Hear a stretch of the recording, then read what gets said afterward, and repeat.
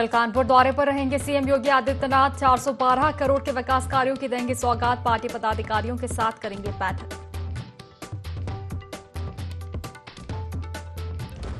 संगठन विस्तार पर बीएसपी का फोकस। प्रदेश प्रभारियों में किया गया फेरबदल। रामजी गौतम और चंद्रपाल को सौंपा मध्य प्रदेश का जिम्मा।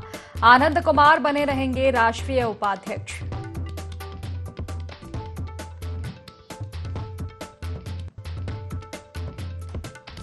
यूपी में बदले गए 8 रेलवे स्टेशनों के नाम। अमेठी संसदीय क्षेत्र के स्टेशनों के नाम बदले। ज्वायस स्टेशन का नाम हुआ गुरु गोरखनाथ धाम।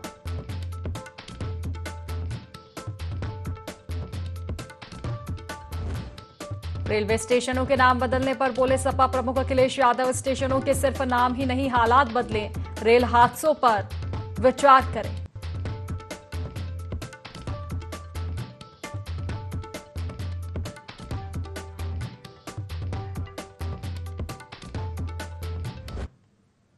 नमस्कार, IND 24 देख रहे हैं आप और मैं हूं आपके साथ खुशी व्यास। चले रुक कर लेते हैं सीधा खास खबरों की ओर। कानपुर से हम आपको बता दें, जहां कल कानपुर मुख्यमंत्री योगी आदित्यनाथ जाने वाले हैं। आपको बता दें कि 412 करोड़ के विकास कार्यों की सौगात देंगे। चुन्नीगंज और राजकीय इंटर कॉलेज मैदान में सभा को संबोधित करेंगे मुख्यमंत्री। छात्रों को लैपटॉप और टैबलेट वितरित करेंगे। 15 लाभार्थियों से मिलेंगे मुख्यमंत्री। जनप्रतिनिधि पार्टी पदाधिकारियों के साथ बैठक करेंगे। 145 परियोजनाओं का लोकार्पण और शिलान्यास भी करेंगे। तो सीएम योगी आदित्यनाथ कल कानपुर जाएंगे। आपको बता दें कि 412 करोड़ के विकास कार्यों की सौगात देने वाले हैं सीएम। चुन्नीगंज राजकीय इंटर कॉलेज मैदान में सभा को संबोधित करेंगे।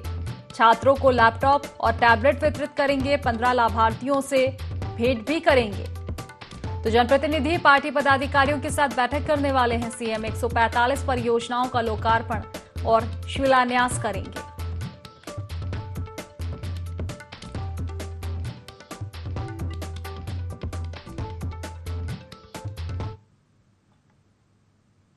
अलीगढ़ के लोधा थाना क्षेत्र के खेरेश्वर धाम मंदिर में पुजारी ने श्रद्धालु को लात मारकर मंदिर से बाहर निकाल दिया, जिसका वीडियो भी सोशल मीडिया पर काफी वायरल हो रहा है। वीडियो में एक श्रद्धालु शिवलिंग पर माथा टेक कर पूजा करता दिखाई दे रहा है। तभी मंदिर के पुजारी मंदिर के अंदर पहुंचे और एक पुजारी ने श्रद्धालु के ऊपर लातों से प्रहार करते हुए, झाड़ू मारते हुए श्रद्धालु को मंदिर से बाहर भगा दिया।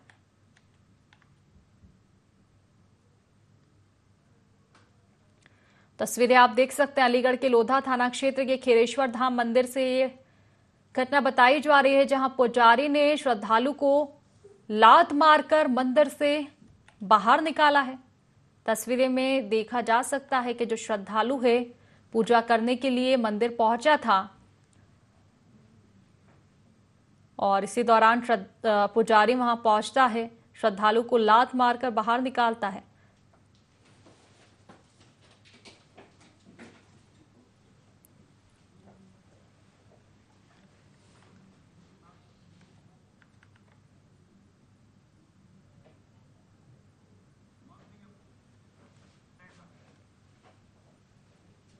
मैनपुरी के कोरावली थाना क्षेत्र के कल्याणपुर गांव में 2 सहेलियों की मौत हो गई। आशंका जताई जा रही है कि दोनों ने जहर खाकर आत्महत्या की है।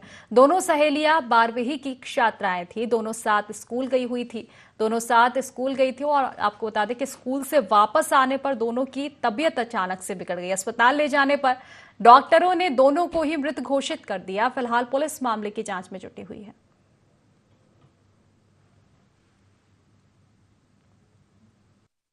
RS स्वार रोड मलावन एटा। घर के आने के बाद इन्होंने रास्ते में इनका पेट में दर्द हुआ। पेट के दर्द के होने के कारण ये उल्टी हो गई, अपने घर आ गई। फिर दोनों सहेलियां थी। देखिए, 2 इंटर की छात्राएं हैं जो मलावन थाना क्षेत्र के एक इंटर कॉलेज में पढ़ती थी और दोपहर में अवकाश के बाद ये घर आई अपने गांव और दोनों छात्राओं जब उनने घरों पे पहुंची तो उन्होंने जाने के बाद करीब आधा घंटे बाद शिकायत की कि उनके पेट में दर्द हो रहा है, उल्टी हो रही है। इस पे उन दोनों को अलग अलग जगहों पे अस्पताल में ले जाया गया। एक छात्रा को कुरावली अस्पताल लाया गया, दूसरे को एटा क्षेत्र में ले जाया गया, जहां पर दोनों की डेथ हो गई है। परिजनों की तहरीर के आधार पर पंचायत पोस्टमार्टम की कार्रवाई की जा रही है और इसमें भी और तथ्यों की जांच की जा रही है। अगर कोई तथ्य सामने आता है तो उसमें आगे की कार्रवाई की जाए। चलिए, फिरोजाबाद से हम आपको खबर बता दें, जहां छात्रा के साथ दुष्कर्म का मामला सामने आया है। आपको बता दें कि वारदात को मौलवी मुसैय्यब खान ने अंजाम दिया है। आरोपी मौलवी छात्रा के घर उसे उर्दू और अरबी की तालीम देने जाता था। बताया जा रहा है कि मौलवी छात्रा को प्रेम जाल में फंसाकर भगा ले गया। छात्रा के पिता की शिकायत पर पुलिस ने मौलवी को गिरफ्तार कर लिया है। साथ ही मौलवी के 2 भाइयों पर भी साजिश रचने को लेकर मामला दर्ज किया गया है।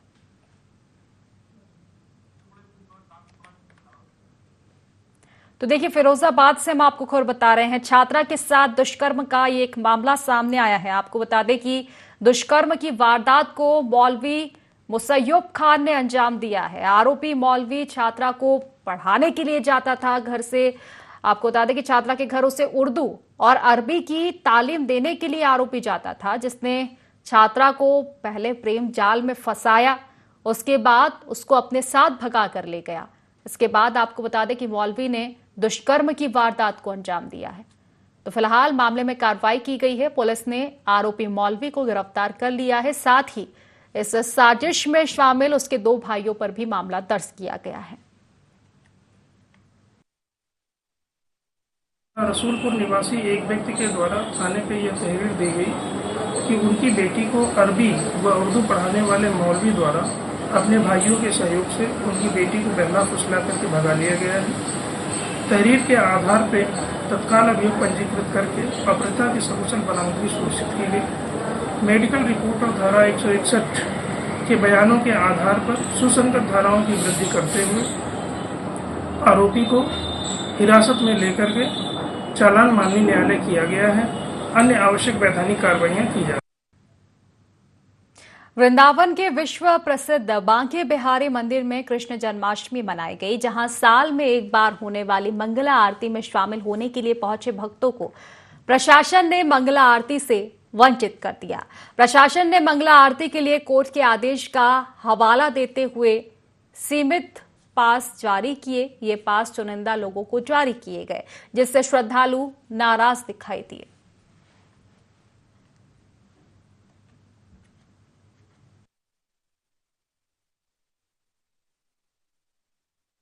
दर्शन तो नहीं हुए, इतनी लंबी लाइन होने के बावजूद भी दर्शन नहीं कर पाए, पर बांके बिहारी जी के दर्शन हो गए। भीड़ तो काफी थी और इतने कम समय में आधे इतने लोगों को जाने दे रहे हैं, उस वजह से भी काफी दिक्कत आई। मेरे प्यार में भी मोच आ गई है। प्रशासन से यही कहना चाहूंगी कि भक्त इतने दूर दूर से आते हैं, उनको दर्शन के लिए कम से कम व्यवस्था अच्छी करें, यही कहूंगी बस। श्री ठाकुर बांके बिहारी जी मंदिर में अर्ली मॉर्निंग 2 बजे से 2 बजे के बीच में मंगला आरती होगी।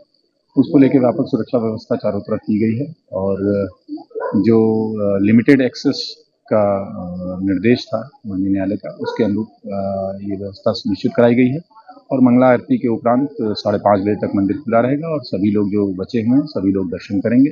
और कल भी नियमित समय से मंदिर खुलेगा 7:45 बजे से लेकर 12 बजे तक, और आफ्टरनून में 5:45 बजे से लेकर रात के 9:30 बजे तक दर्शन होगा। जैसा कि यहाँ पे जन्माष्टमी आज मनाई जा रही है, तो जो भी श्रद्धालु हैं सभी को सुगम और सुरक्षित दर्शन हो, इसके लिए प्रॉपर व्यवस्था की। हमीरपुर के रीवन गांव में बच्ची की मौत का मामला सामने आया है। डीएम के आदेश पर खोदी जा रही बच्ची की कब्र। आपको बता दें कि जिलाधिकारी के निर्देश पर पैनल की देखरेख में अब पोस्टमार्टम किया जाएगा। ग्राम प्रधान सहित चाचा चाची पर हत्या के आरोप लगाए गए थे। बच्ची के परिजन ने लंबे समय तक कलेक्ट्रेट में अनशन भी किया था। तो मौधा कोतवाली इलाके के रीवन गांव का ये मामला है। हमीरपुर से हम आपको खबर बता रहे हैं। हमीरपुर के अंतर्गत आने वाले रीवन गांव से मामला सामने आया, जहां एक बच्ची की मौत हो गई। परिजनों ने हत्या के आरोप लगाए थे, लेकिन उसके बावजूद आपको बता दें कि बच्ची की कब्र खोदी जा रही थी। तो अब जिलाधिकारी के निर्देश पर पैनल की देखरेख में पोस्टमार्टम किया जाएगा। ग्राम प्रधान सहित चाचा चाची पर हत्या के आरोप लगाए गए थे। बच्ची के परिजन ने लंबे समय तक कलेक्ट्रेट में अनशन भी किया था। मौधा कोतवाली इलाके के रीवन गांव का ये मामला।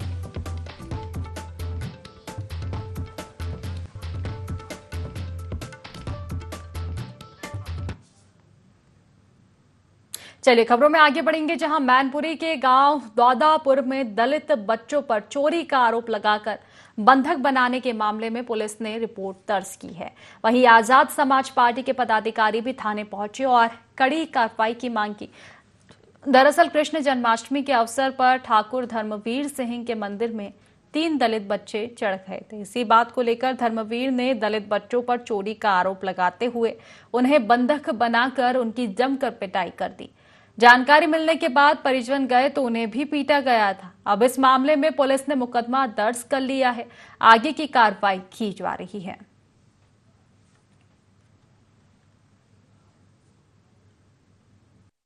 दौदापुर गांव में एससी समाज के बच्चों को कल ठाकुर समाज के लोगों ने मारपीट की। कारण क्या था कि जो 3 बच्चे छोटे नाबालिग थे वो मंदिर पे गए तो उन्होंने सिर्फ मंदिर की सीढ़ियों को छू लिया।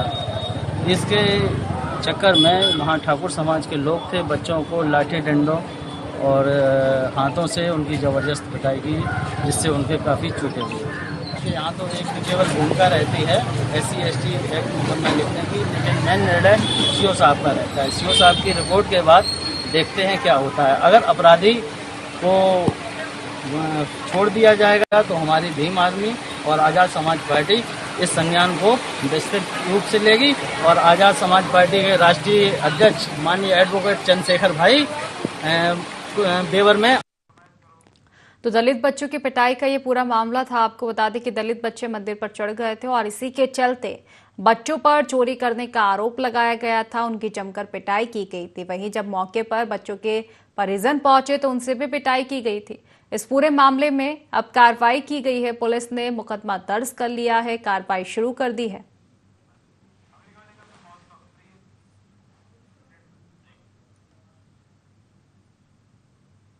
लखीमपुर स्थित तक्षशिला गुरुकुल में जन्माष्टमी मनाई गई। कार्यक्रम में गुरुकुल के विद्यार्थियों सहित गुरुकुल परिषद के सदस्य और सहयोगी शामिल हुए। इस दौरान कार्यक्रम के अध्यक्ष एडवोकेट अखिलेश सिंह ने राधा कृष्ण के रूप में सजे छात्रों को तिलक दान करके उनकी आरती की। साथ ही विद्यार्थियों ने श्री कृष्ण की लीलाओं का मंचन भी किया। खबर पीलीभीत से है, जहां दबंग की दबंगई से परेशान होकर पीड़ित युवक ने मकान के बाहर बिकाऊ का पोस्टर चस्पा कर दिया। पहले भी नाबालिग के भाई ने जहर खाने का प्रयास किया था। वहीं करेली थाना अध्यक्ष प्रकाश सिंह ने बताया कि नाबालिग के घर से चले जाने की सूचना थाने पर उसकी मां द्वारा की गई थी। रिपोर्ट दर्ज कर पीड़िता का कोर्ट में बयान दर्ज कराया गया था। उसके बाद दोनों पक्ष में दोबारा झगड़ा हुआ, जिसका भी करेली थाने में मुकदमा दर्ज किया गया। दोनों मुकदमे की विवेचना की जा रही है। पुलिस का कहना है कि पीड़ित द्वारा पुलिस पर अनावश्यक दबाव बनाने के लिए पीड़ित के द्वारा यह सब किया जा रहा है।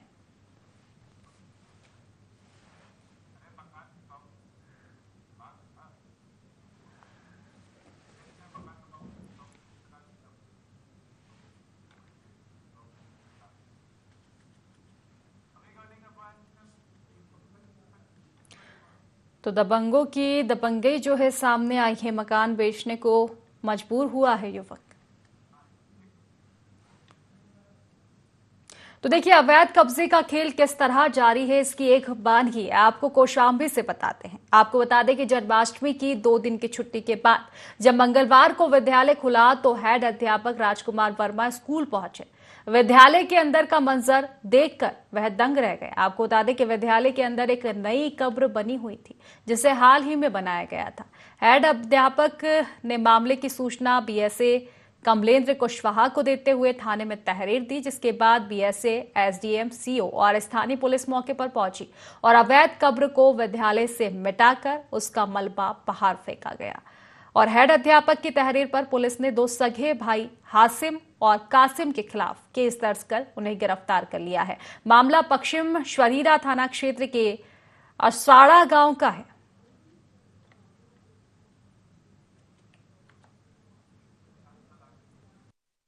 पश्चिम शरीरा क्षेत्र के अंतर्गत ग्राम असाड़ा के सरकारी स्कूल के अंतर्गत कुछ लोगों के द्वारा एक कब्र बनाई जा रही थी।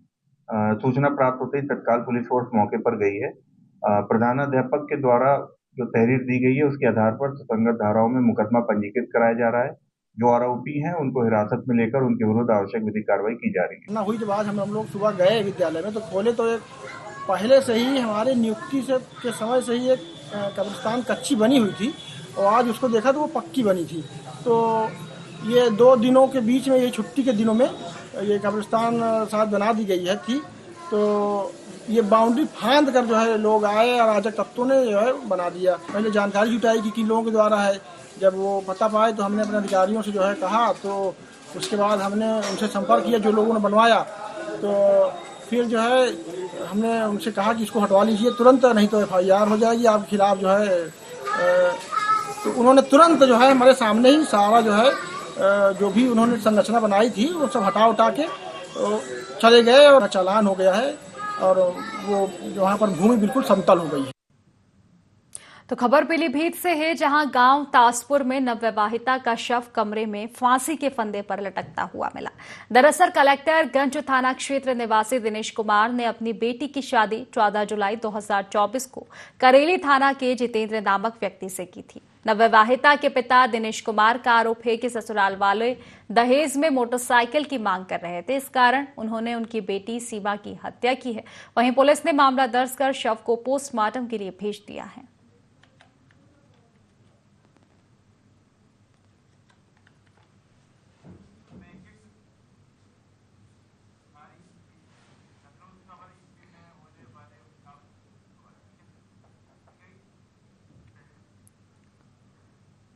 तो देखिए, यूपी में होने वाले उपचुनाव से जुड़ी बड़ी खबर हम आप तक पहुंचा दें। बीजेपी की सहयोगी निषाद पार्टी ने प्रभारी घोषित किए हैं। 10 विधानसभा सीटों पर उपचुनाव के लिए प्रभारी घोषित किए गए हैं। 10 विधायकों को 10 विधानसभा सीटों की जिम्मेदारी दी गई है। निषाद पार्टी के अध्यक्ष ने प्रभारी घोषित किए। तो यूपी में होने वाले उपचुनाव को लेकर ये बड़ी खबर हम आप तक पहुंचा रहे हैं। बीजेपी की सहयोगी निषाद पार्टी ने प्रभारी घोषित किए हैं। 10 विधानसभा सीटों पर उपचुनाव के लिए प्रभारी बनाए गए हैं। आपको बता दें कि 10 विधायकों को 10 विधानसभा सीटों की जिम्मेदारियां सौंपी गई है। निषाद पार्टी के अध्यक्ष ने प्रभारियों की घोषणा की है।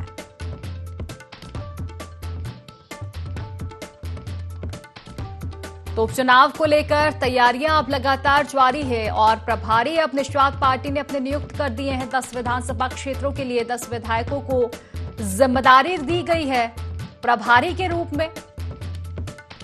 निषाद पार्टी के अध्यक्ष ने इन प्रभारियों को नियुक्त किया है, इनकी घोषणा की है।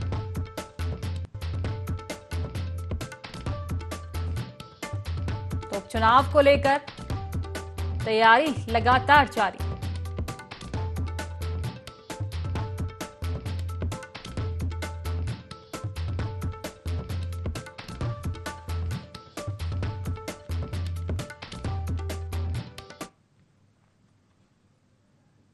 बरेली के भोजीपुरा थाना क्षेत्र में दुष्कर्म पीड़ित 13 साल की लड़की ने आग लगाकर आत्महत्या कर ली।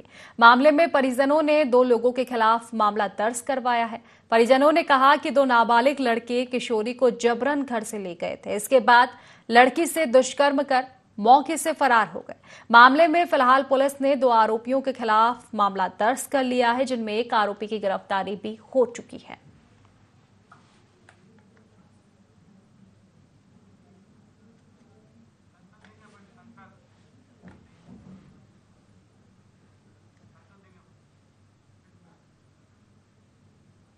तो आम आदमी पार्टी नेता संजय सिंह एक पुराने मामले में हाईकोर्ट से राहत मिलने के बाद मुशलका भरने सुल्तानपुर कोर्ट पहुंचे। दरअसल 23 साल पहले बिजली सहित अन्य समस्याओं को लेकर किए गए आंदोलन के मामले में MP MLA कोर्ट ने संजय सिंह सहित 6 लोगों को 3-3 माह की सजा सुनाई थी। इसको लेकर संजय सिंह ने हाईकोर्ट में याचिका दायर की थी। हाईकोर्ट ने संजय सिंह को जमानत दे दी थी। इस दौरान संजय सिंह ने UPS को लाखों कर्मचारियों के साथ धोखा बताया। उन्होंने ओल्ड पेंशन स्कीम को लागू करने की मांग की।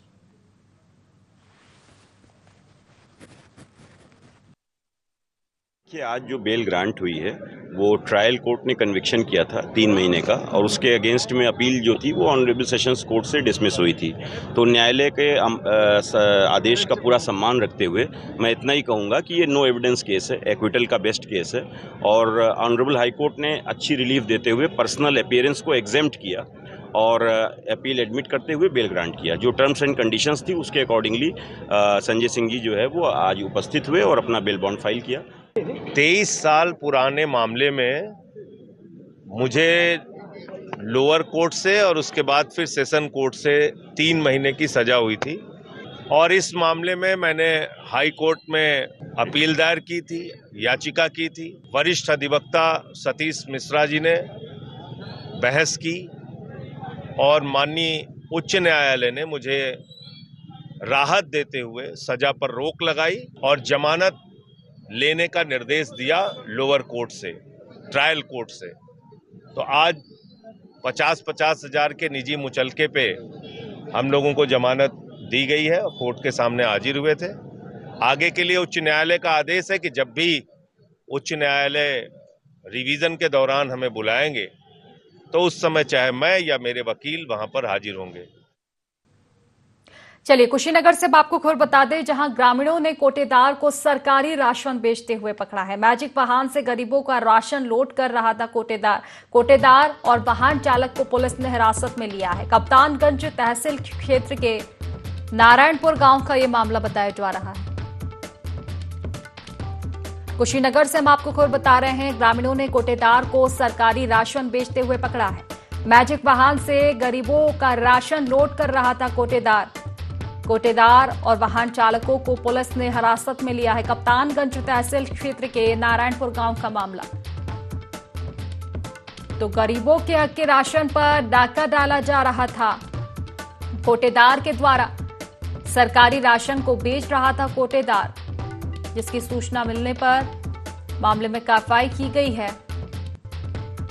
कोटेदार और वाहन चालक को पुलिस ने हिरासत में लिया है। कप्तानगंज तहसील क्षेत्र के नारायणपुर गांव का यह मामला बताया जा रहा है।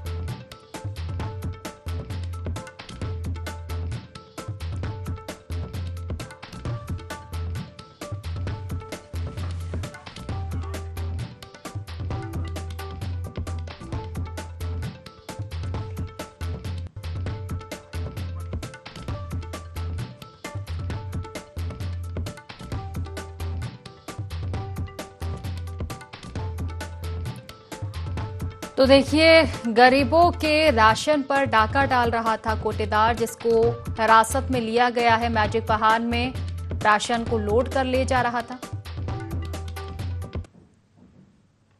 बरेली के भोजीपुरा थाना क्षेत्र में दुष्कर्म पीड़ित 13 साल की लड़की ने आग लगाकर आत्महत्या कर ली। मामले में परिजनों ने 2 लोगों के खिलाफ मामला दर्ज करवाया है। परिजनों ने कहा कि 2 नाबालिग लड़के किशोरी को जबरन घर से ले गए थे। इसके बाद लड़की से दुष्कर्म कर मौके से फरार हो गए। मामले में फिलहाल पुलिस ने 2 आरोपियों के खिलाफ शिकायत दर्ज कर ली है। एक आरोपी को हिरासत में ले लिया है, जिससे पूछताछ जारी है।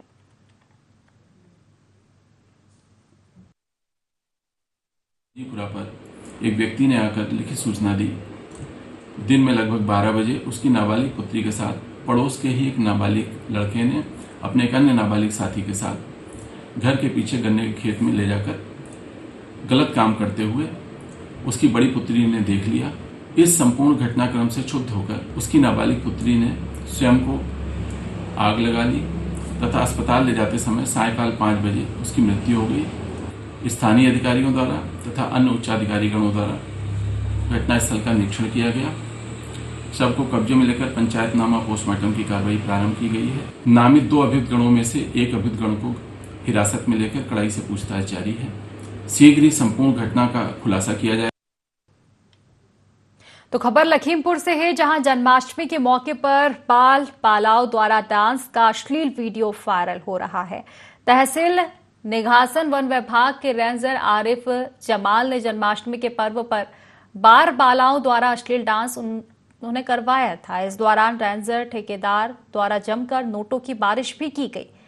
जानकारी लगते ही कई हिंदू संगठनों में मामले में विरोध जताते हुए रेंजर आरिफ जमाल मुर्दाबाद के नारे लगाए और तहसीलदार भीमचंद और राष्ट्रपति समेत सीएम योगी के नाम ज्ञापन सौंपा और रेंजर आरिफ जमाल को बर्खास्त करने की मांग की। हिंदू संगठनों का कहना है कि दोषी के खिलाफ 24 घंटे में कार्रवाई नहीं की गई तो निघासन और जिले में चक्का जाम किया जाएगा। वायरल वीडियो का डीएफओ सौरिष्ठ सहाय ने संज्ञान लिया और रेंजर के कृत्य को गलत बताया। साथ ही कार्रवाई को लेकर उच्च विभागीय अधिकारियों को रिपोर्ट भी भेजी गई है।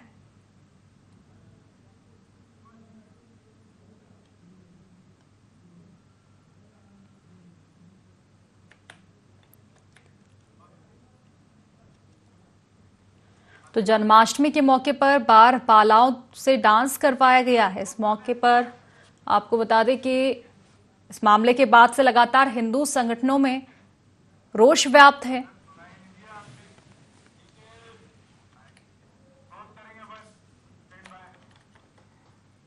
तो फिलहाल इस बुलेटिन में बस इतना ही। आप बने रहिए IND24 के साथ। नमस्कार।